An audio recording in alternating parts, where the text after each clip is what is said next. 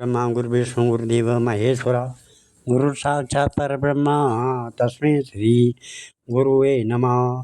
आदो देवकी देवगर्भजननं गोपी गिरिवर्धनं मायापूतन जीवतापहरणं गोवर्धनोद्धारणं कंसच्छेदन कौरवादिहननं कुन्तीसुतापालनम् एतत् श्रीमद्भागवतं पुराणकथितं श्रीकृष्णलीलामृतं निगमकल्पतरोर्गलितं फलं शुकमुखाद्रवमृतसंयुतं पिबत भागवतं रसमालया मोहरहो रसिका भुवि भावका।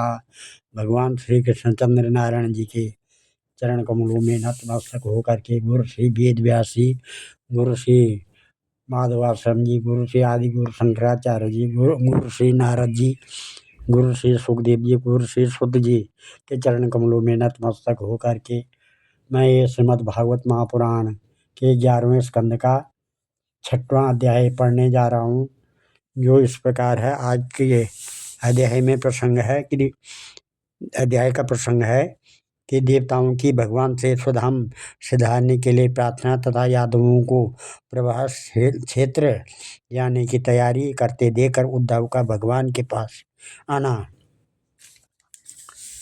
हम श्री शुकवाच अथ ब्रह्मात्मन देवे प्रजेशेरावृतो व्यगात् भवस्व भूतभव्येषु ययो भूतगणे मृता इंद्रो मरुद्भिर्भगवान् आयत्य वस्वो अश्विनो ऋषभो अंगिरसो रुद्रो विश्वेशाद्याश्च देवता गंधर्वा अप्सरसो नागा सिद्धचारण गुह्यका ऋषया पितरस्यैव सविद्याधर किन्नरा द्वारकायाम् उपसंजग्मुः सर्वे कृष्णादि दृक्षवा बपुषा येन भगवान् नरलोका मनोरमा यशो वित्तेने लोकेषु सर्वलोका मलापहं तस्यां विभ्राज्यमानायां समृद्धायां महद्रिभिः व्यचक्षता वितृप्ताक्षा कृष्ण अद्भुतदर्शनम् स्वर्गोद्यानोपगैर्माल्ये छादयन्तो यदुत्तमं गौर्विचित्रपदार्थाभिस्तुष्ट ऊर्जगदीश्वरम्। श्री 6वें अध्याय में श्री सुखदेव जी कहते हैं, परीक्षित, जब देवर्षि नारद वसुदेव जी को उपदेश करके चले गए तब अपने पुत्र सनकादिकों को देवताओं और प्रजापतियों के साथ ब्रह्मा जी, भूतगणों के साथ सर्वेश्वर महादेव जी और मरुदगणों के साथ देवराज इंद्र द्वारका नगरी में आए। साथ ही सभी आदित्यगण, आठों वसु, अश्विनी कुमार, ऋभु, अंगिरा के वंशज ऋषि, 11 रुद्र, विश्वदेव, साध्यगण, गंधर्व, अप्सराएं, नाग, सिद्धचारण, गुह्यक, ऋषि, पितर, विद्याधर और किन्नर भी वहीं पहुँचे। इन लोगों के आगमन का उद्देश्य यह था कि मनुष्य का सा मनोहर वेश धारण करने वाले और अपने श्याम सुंदर विग्रह से सभी लोगों का मन अपनी ओर खींचकर रमा लेने वाले भगवान श्री कृष्ण का दर्शन करें, क्योंकि इस समय उन्होंने अपना श्री विग्रह प्रकट करके उसके द्वारा तीनों लोकों में ऐसी पवित्र कीर्ति का विस्तार किया है जो समस्त लोगों के पाप ताप को सदा के लिए मिटा देती है। द्वारिकापुरी सब प्रकार की संपत्ति और ऐश्वर्यों से समृद्धि तथा अलौकिक दीप्ति से देदीप्यमान हो रही थी। वहां आकर उन लोगों ने अनूठी छवि से युक्त भगवान श्री कृष्ण के दर्शन किए।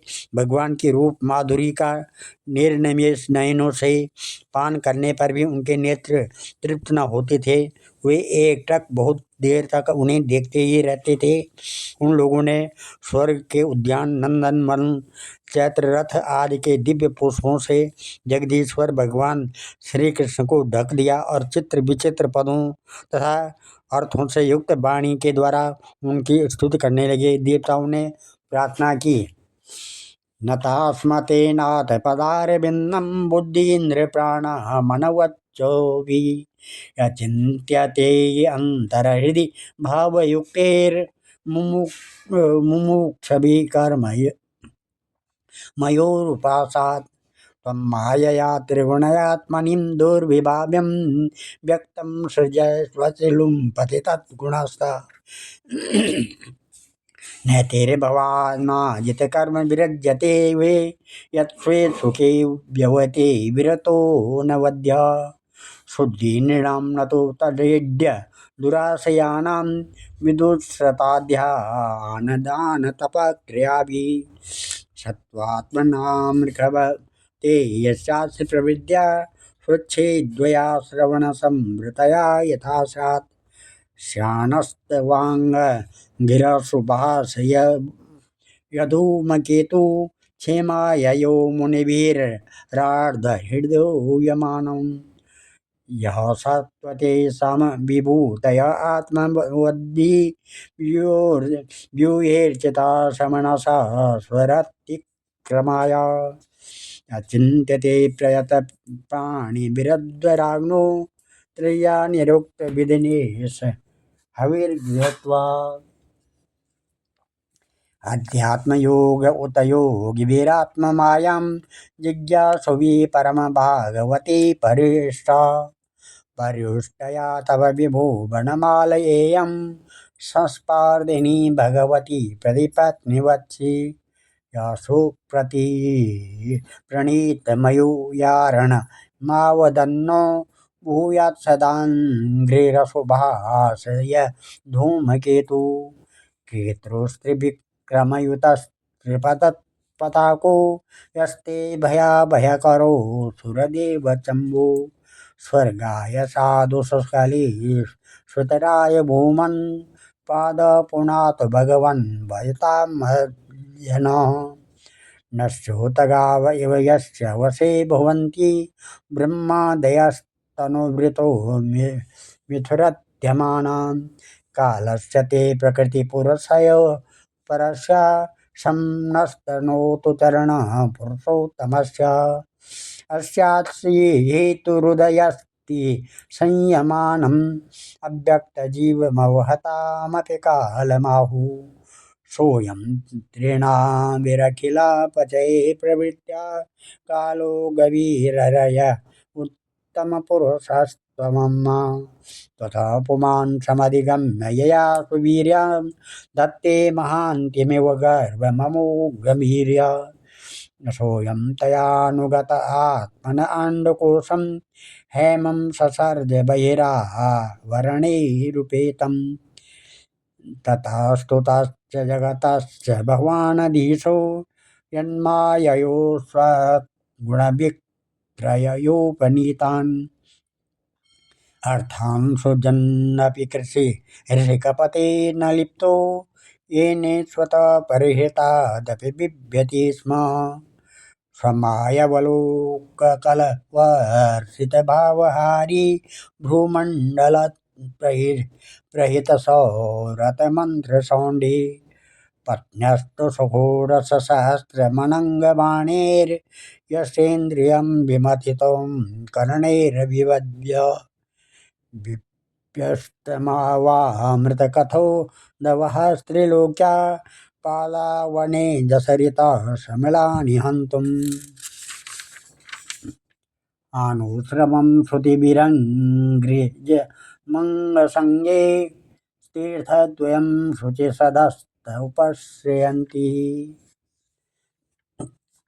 देवताओं ने प्रार्थना की, स्वामी, कर्मों के विकट फंदों से छूटने की इच्छा वाले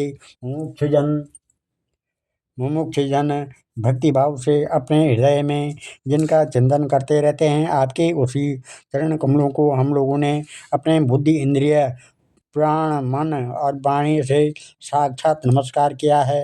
ओहो, आश्चर्य आश्चर्य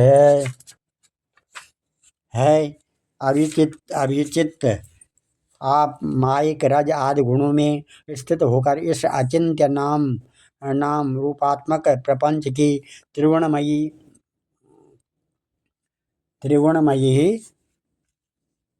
स्थित होकर अचिंत रूप प्रपंच की त्रिगुणमयी माया के द्वारा अपने आप में ही रचना करते हैं, पालन करते हैं और श्रृंगार करते हैं। यह सब करते हुए भी इन कर्मों से आप लिप्त नहीं होते हैं, क्योंकि आप राग द्वेष आदि दोषों से सर्वदा मुक्त हैं और अपने निवारण अखंड स्वरूप भूत परमानंद में मग्न रहते हैं। स्तुति करने योग्य परमात्मा जिन मनुष्यों की चित्तवृत्ति राग द्वेष आदि कलुषित हैं, वे उपासना वेदाध्ययन दान तपस्या और यज्ञ आदि कर्म भले ही करें, परंतु उनकी वैसी शुद्धि नहीं होती है। हो सकती जैसे श्रवण के द्वारा संपुष्ट शुद्धांत करण सज्जन पुरुषों की आपकी लीला कथा कीर्ति के विषय में दिनों दिन बढ़कर परिपूर्ण होने वाली श्रद्धा से होती है। मननशील मुमुक्षुजन मोक्ष प्राप्ति के लिए अपने प्रेम से पिघले हुए हृदय के द्वारा जिन्हें लिए लिए फिरते हैं, पांचरात्र विधि से उपासना करने वाले भक्तजन समान ऐश्वर्य की प्राप्ति के लिए वासुदेव संकर्षण प्रद्युम्न और अनिरुद्ध इस चतुर्व्यूह के रूप में जिनका पूजन करते हैं और जितेंद्रिय धीर पुरुष स्वर्ग लोक का अतिक्रमण करके भगवत धाम की प्राप्ति के लिए तीनों समय जिनकी पूजा किया करते हैं, याज्ञिक लोग तीनों वेदों के द्वारा बतलाई हुई विधि से अपने संयत हाथों में हविष्य लेकर यज्ञ कुंडों में आहुति देते और उन्हीं का चिंतन करते हैं। आपकी आत्मस्वरूपिणी माया के जिज्ञासु योगी जन हृदय के अंतर्देश में दहर विद्या आदि के द्वारा आपके चरण कमलों का ही ध्यान करते हैं और आपके बड़े बड़े प्रेमी भक्तजन उन्हीं को अपना परम इष्ट आराध्य देव मानते हैं। प्रभु, आपके वे ही चरण कमल हमारी समस्त अशुभ वासनाओं विषय वासनाओं को भस्म करने के लिए अग्नि रूप हों। वे अग्नि के समान हमारे पाप तापों को भस्म कर दें। प्रभु, यह भगवती लक्ष्मी आपके वक्षस्थल पर मुरझाई हुई बासी वनमाला से भी सौत की तरह स्पर्धा रखती है, फिर भी आप उनकी परवाह न कर भक्तों के द्वारा इस बासी माला से की हुई पूजा भी प्रेम से स्वीकार करते हैं। ऐसे भक्त वत्सल प्रभु के चरण कमल सर्वदा हमारी विषय वासनाओं को जलाने वाली अग्नि स्वरूप हों। अनंत वामनावतार में दैत्यराज बलि की दी हुई पृथ्वी को नापने के लिए जब आपने अपना पग उठाया था और वह सत्यलोक में पहुंच गया था, तब यह ऐसा जान पड़ता था मानो कोई बहुत बड़ा विजय ध्वज हो। ब्रह्मा जी के पखारने के बाद उससे गिरती हुई गंगा जी के जल की तीन धाराएं ऐसी जान पड़ती थी मानो उसमें लगी हुई तीन पताकाएं फहरा रही हो। उसे देखकर असुरों की सेना भयभीत हो गई थी और देव सेना निर्भय। आपका वह चरण कमल साधु स्वभाव पुरुषों के लिए आपके धाम वैकुंठ लोक की प्राप्ति और दुष्टों के लिए अधोगति का कारण है। भगवान, आपका वही पाद पद्म हम भजन करने वालों के सारे पाप ताप धो देता है। ब्रह्मा आदि जितने भी शरीरधारी हैं, वे सत्व रज तम इन तीनों गुणों के परस्पर विरोधी त्रिविध भावों की टक्कर से जीते मरते रहते हैं। वे सुख दुख के थपेड़ों से बाहर नहीं हैं और ठीक वैसे ही आपके वश में हैं। जैसे नथे हुए बैल अपने स्वामी के वश में होते हैं, आप उनके लिए भी काल स्वरूप हैं। उनके जीवन का आदि मध्य और अंत आपके ही अधीन है। इतना ही नहीं, आप प्रकृति और पुरुष से भी परे स्वयं पुरुषोत्तम हैं। आपके चरण कमल हम लोगों का कल्याण करें। प्रभु, आप इस जगत की उत्पत्ति स्थिति और प्रलय के परम कारण हैं, क्योंकि शास्त्रों ने ऐसा कहा है कि आप प्रकृति पुरुष और महतत्व के भी नियंत्रण करने वाले काल हैं। शीत ग्रीष्म और वर्षा काल रूप तीन नाभियों वाले संवत्सर के रूप में सबकी क्षय की ओर लिए जाने वाले काल आप ही हैं। आपकी गति अबाध और गंभीर हैं। आप स्वयं पुरुषोत्तम हैं। यह पुरुष आपसे शक्ति प्राप्त करके अमोघ वीर्य हो जाता है और फिर माया के साथ संयुक्त होकर विश्व के महतत्व रूप का गर्भ का स्थापन करता है। इसके बाद वह महतत्व त्रिगुणमयी माया का अनुसरण करके पृथ्वी, जल, तेज, वायु, आकाश, अहंकार और मन रूप 7 आवरणों वाले इस स्वर्ण वर्ण ब्रह्मांड की रचना करता है। इसलिए ऋषिकेश, आप समस्त चराचर जगत के अधीश्वर हैं। यही कारण है कि माया की गुण विषमता के कारण बनने वाले विभिन्न पदार्थों का उपभोग करते हुए भी आप उनमें लिप्त नहीं होते हैं। यह केवल आपकी ही बात है। आपके अतिरिक्त दूसरे तो स्वयं उनका त्याग करके भी उन विषयों से डरते रहते हैं। 16,000 से अधिक रानियां आपके साथ रहती हैं। वे सब अपनी मंद मंद मुस्कान और तिरछी चितवन युक्त मनोहर भुवों के इशारे से और सुर तालपों से प्रौढ़ सम्मोहक काम बाण चलाती हैं और काम कला की विविध रीतियों से आपका मन आकर्षित करना चाहती है, परंतु फिर भी वे अपने परिपुष्ट काम बाणों से आपका मन तनिक भी न डिगा सकी। वे असफल हो रही हैं। आपने त्रिलोकी की पाप राशि को धो बहाने के लिए 2 प्रकार के पवित्र नदियां बहा रखी हैं। एक तो आपकी अमृतमयी लीला से भरी कथा नदी और दूसरी आपके पाद प्रक्षालन के जल से भरी गंगा जी। अतः सत्संग सेवी विवेकी जन कानों के द्वारा आपकी कथा नदी में और शरीर के द्वारा गंगा जी में गोता लगाकर दोनों ही तीर्थों का सेवन करते हैं और अपने पाप ताप मिटा देते हैं। बादरायणी वाच इत्याभिष्टा विभूति शेषे शतधृति हरिम अव्यभाषत गोविंदम प्रणम्याम श्रुतः। श्री सुखदेव जी कहते हैं, परीक्षित, समस्त देवताओं और भगवान शंकर के साथ ब्रह्मा जी ने इस प्रकार भगवान की स्तुति की। इसके बाद वे प्रणाम करके अपने धाम में जाने के लिए आकाश में स्थित होकर भगवान से इस प्रकार कहने लगे।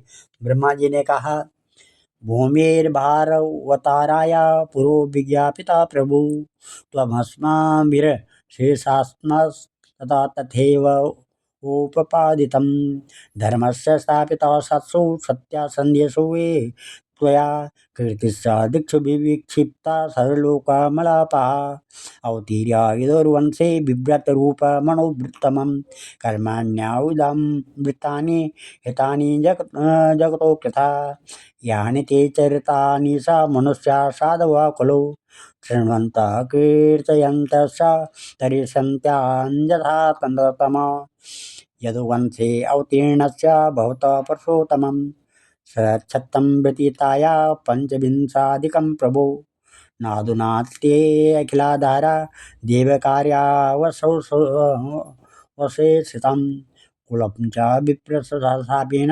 नष्टप्रायम् भूदिदं तथा स्वधाम परमं विश्वा यदि मन्यसे सलोकालोकपालं न पाई वैकुंठ किंकरान्। ब्रह्मा जी ने कहा, सर्वात्मन प्रभु, पहले हम लोगों ने आपसे अवतार लेकर पृथ्वी का भार उतारने के लिए प्रार्थना की थी। सो वह काम आपने हमारी प्रार्थना के अनुसार ही यथोचित रूप से पूरा कर दिया। आपने सत्यपरायण साधु पुरुषों के कल्याणार्थ धर्म की स्थापना भी कर दी और 10 दिशाओं में ऐसी कीर्ति फैला दी जैसे सुनाकर सब लोग अपने मन का मैल मिटा देते हैं। आपने यह सर्वोत्तम रूप धारण करके यदुवंश में अवतार लिया और जगत के हित के लिए उदारता और पराक्रम से भरी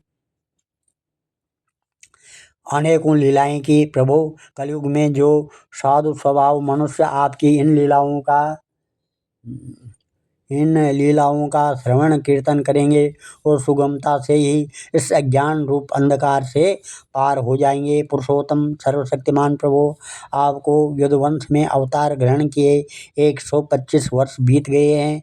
सर्वाधार, अब हम लोगों का ऐसा कोई काम बाकी नहीं है जिसे पूर्ण करने के लिए आपके यहाँ रहने की आवश्यकता हो। ब्राह्मणों के शाप के कारण आपका यह कुल भी एक प्रकार से नष्ट हो चुका है। इसलिए वैकुंठ नाथ, यदि आप उचित समझे तो अपने परम धाम में पधारिए और अपने सेवक हम लोकपालों का तथा हमारे लोगों का पालन पोषण कीजिए। श्री भगवान ने कहा, अवदरितमेतन्मे यदात्था विवदेश्वर कृतं वा कार्यमखिलं भूमि भारावतारिता तदिदं यादवकुलं वीर्यशौर्याश्रियोद्धतं लोकं जिगृक्षदरुद्धं मे वेल एव महार्णव यज्ञसनितोदितानां विदूनां विपुलं कुलं गन्तास्यनेन लोकोऽयम् उद्बलेन विलङ्घति इदानीं नासारब्धकुलस्य द्विजशापता यस्यामि भवनं ब्रह्मन् नेतदन्ते तवानुभव। श्री भगवान ने कहा, ब्रह्मा जी, आप जैसा कहते हैं मैं पहले ही वैसा निश्चय कर चुका हूँ। मैंने आप लोगों का सब काम पूरा करके पृथ्वी का भार उतार दिया, परंतु अभी एक काम बाकी है। वह यह कि यदुवंशी बल विक्रम वीरता शूरता और धन संपत्ति से उन्मत्त हो रहे हैं। ये सारी पृथ्वी को ग्रस्त लेने पर तुले हुए हैं। इन्हें मैंने ठीक वैसे ही रोक रखा है जैसे समुद्र को उसके तट की भूमि। यदि मैं घमंडी और उत्संकल यदुवंशियों का यह विशाल वंश नष्ट किए बिना ही चला जाऊंगा तो ये सब मर्यादा का उल्लंघन करके सारे लोगों का संहार कर डालेंगे। निष्पाप ब्रह्मा जी, अब ब्राह्मणों के शाप से इस वंश का नाश प्रारंभ हो चुका है। इसका अंत हो जाने पर मैं आपके धाम में होकर जाऊंगा। मैं आपके धाम में होकर जाऊंगा। श्री सुखदेव जी कहते हैं, इत्युक्तो लोकनाथेन स्वयंभू प्रणिपत्यतां स देवगणे देव सुधामां समुपद्यत अथ तस्यामोत्पातात् द्वारवत्यां समुत्थितां विलोक्य भगवन्नाहं यदुवृद्धान् समागतान्। श्री भगवान जी कहते हैं, गुरु जी भगवान जी कहते हैं,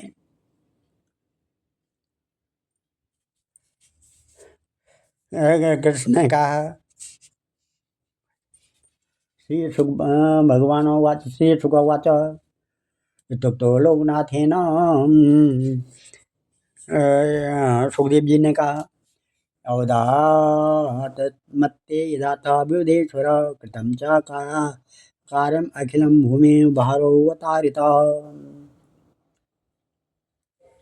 इत्युक्तो लोकनाथेन स्वयंभू प्रणपत्यतां स देवगणे देवे स्वधामा समुपद्यत अथो तस्यामोत्पातान् द्वारवत्यां समुत्थितां विलोक्य भगवद्नायं यदुवृद्धान् समागतान्। श्री सुखदेव जी कहते हैं कि परीक्षित, जब अखिल अखिल लोकपति भगवान श्री कृष्ण ने इस प्रकार कहा तब ब्रह्मा जी ने उन्हें प्रणाम किया और देवताओं के साथ हुए अपने धाम को चले गए। उनके जाते ही द्वारकापुरी में बड़े बड़े अपशकुन बड़े बड़े उत्पात उठ खड़े हुए। उन्हें देखकर यदुवंश के बड़े बूढ़े भगवान श्री कृष्ण के पास आए। भगवान श्री कृष्ण ने उनसे यह बात कही। भगवान श्री कृष्ण ने कहा, न एतेषु महलोत्पाता वितिष्ठान्य सर्वथा शापस्न कुलस्यासीद् ब्राह्मणोऽव्यधुरतया न वसतव्या यः सब्जी जिजीविषु विरार्यक प्रवासं सुमहत्पुण्यं यस्यामो देवमाचरं यत्र स्नात्वा दक्ष शापात् घृतो यक्षमणो दुरात् विमुक्तः किल्बिषात् सद्यो भेजे भूय कलोदयम्। वयं च तस्मिन्नापत्य तर्पयित्वा वितृन्सुरान् भूयित्वोषयो विप्रान् नानागुणवतान् दशा तेषु दानानि पात्रेषु श्रद्धायुक्ता महन्ति वे विजिनानि तरिष्यामो दाने नो वीरवर्णवम्। भगवान श्री कृष्ण ने कहा, गुरुजनों, आजकल द्वारका में जिधर देखे उधर ही बड़े बड़े अपशकुन और उत्पात हो रहे हैं। आप लोग जानते ही हैं कि ब्राह्मणों ने हमारे वंश को ऐसा साप दे दिया है जिसे टाल सकना बहुत ही कठिन है। मेरा ऐसा विचार है कि यदि हम लोग अपने प्राणों की रक्षा चाहते हो तो हमें यहाँ नहीं रहना चाहिए। अब विलम्ब करने की आवश्यकता नहीं है। हम लोग आज ये परम पवित्र प्रवास क्षेत्र के लिए निकल पड़े। प्रवास क्षेत्र की महिमा बहुत प्रसिद्ध है। जिस समय दक्ष प्रजापति के शाप से चंद्रमा को राज यक्ष्मा रोग से ग्रस लिया था, उस समय उन्होंने प्रवास क्षेत्र में जाकर स्नान किया और वे तत्क्षण उस पापजन्य रोग से छूट गए थे। साथ ही उन्हें कलाओं की अभिवृद्धि भी प्राप्त हो गई थी। हम लोग भी प्रवास क्षेत्र में चलकर स्नान करेंगे, देवता एवं पितरों का तर्पण करेंगे और साथ ही अनेकों गुणों वाले पकवान तैयार करके श्रेष्ठ ब्राह्मणों को भोजन कराएंगे। वहाँ हम लोग उन सत्पात्र ब्राह्मणों को भोजन कराएंगे। वहाँ हम लोग उन सत्पात्र ब्राह्मणों को पूरी श्रद्धा से बड़ी बड़ी दान दक्षिणा देंगे और इस प्रकार उनके द्वारा अपने बड़े बड़े बड़े संकटों को वैसे ही पार कर जाएंगे जैसे कोई जहाज के द्वारा समुद्र पार कर जाए। श्री सुखदेव जी कहते हैं कि एवं भगवतादिष्टा यादवाकुलनंदन गन्तुं कृतादिया तीर्थ सनन्दान समयोयुजान् तन्निरीक्ष्यात् बहो राजन् श्रुत्वा भगवतोदितं दृष्ट्यारिष्टानि घोराणि नित्यं कृष्ण अनुव्रतं विविक्ता उपसंगम्य जगताम् ईश्वरेश्वर प्रणम्य शिष्यापादो प्राञ्जलिस्तमभाषतः। श्री सुखदेव जी कहते हैं कि कुलनंदन, जब भगवान श्री कृष्ण ने इस प्रकार आज्ञा दी तब यदुवंशियों ने एक मत से प्रवास क्षेत्र जाने का निश्चय कर लिया और सब अपने अपने रथ सजाने लगे, जोतने लगे।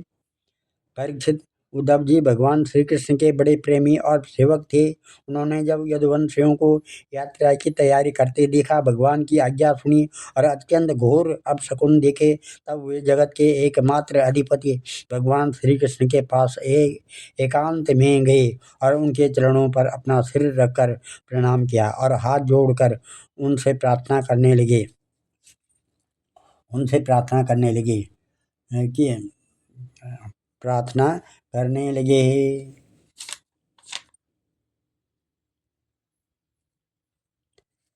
उद्धव जी ने कहा, देव देवेश योगेश पुण्य श्रवण कीर्तना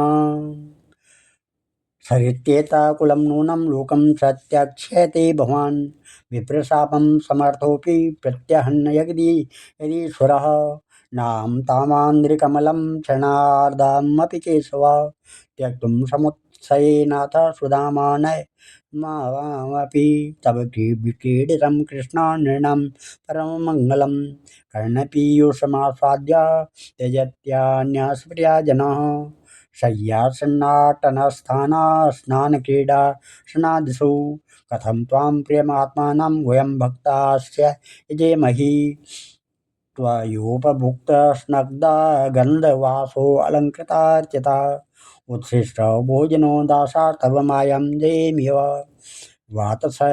वातरसनायेरिक ऋषया श्रवणा ऊर्ध्वमन्थिता व्याख्यां धाम ते यान्ति शान्ता सन्न्यासिनो मला वयं तुय महायोगिन् भ्रमन्ता कर्मवर्त्मसु त्वाधार्तया तरिष्यामस्तावतेकदुस्तरं